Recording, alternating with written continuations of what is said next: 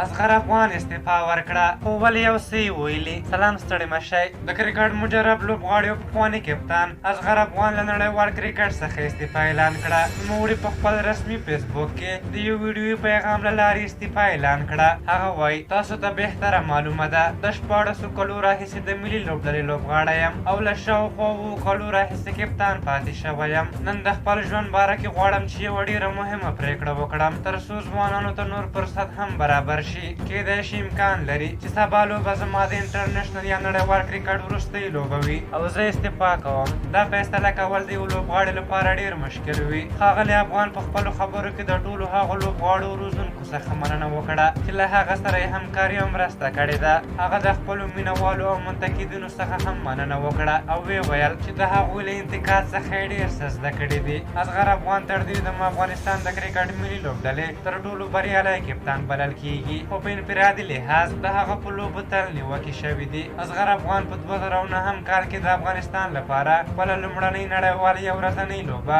د سکاټلند په مقابل کې وکړه. په 2010 کال کې د آیرلنډ خلاف لومړۍ نړیواله شل اوریزه لوبه او په 2013 کال کې د ټسټ لومړۍ لوبه وکړه. اصغر افغان د افغانستان لپاره ټول 114 ورځنۍ لوبې کړې چې 2440 منډې لري، یو وسلیز او 12 پنځوسیزې لري. ښاغلی افغان بیا تر دې دمه ټولې 4 اوریزې لوبې کړې چې 1451 منډې کړې دي او 6 ټسټ لوبې کړې چې 440 منډې لري چې یو وسلیزه یې هم ترسره کړې. یاد دې وي چې اصغر افغان وروستیو کې نهایتاً آوټ آف فورم شوی و او رمز نه ترې کېدل. ځینې مینوالو د هغه په استعفا خفګان ښودلی، خو ډېرو یې ویلي چې دوی د اصغر افغان د تېرو کارنامو ستاینه کوي، خو د استعفا پرېکړه یې په ځای ده او د دې وخت دی چې ځوانانو ته موقع ورکړل شي. په هر حال تاسو د اصغر افغان د خبرو او د هغه د استعفا په اړه څه نظر لرئ؟ خپل نظرونه مو راته په کومنټ کې ولیکئ. که زموږ ویډیو مو خوښه شوې وي ضروري لایک کړئ. تر بیا چې ستاسو چوپړ ته راځم پلي بخښونکي خدای مو سپارم. د الله په امان.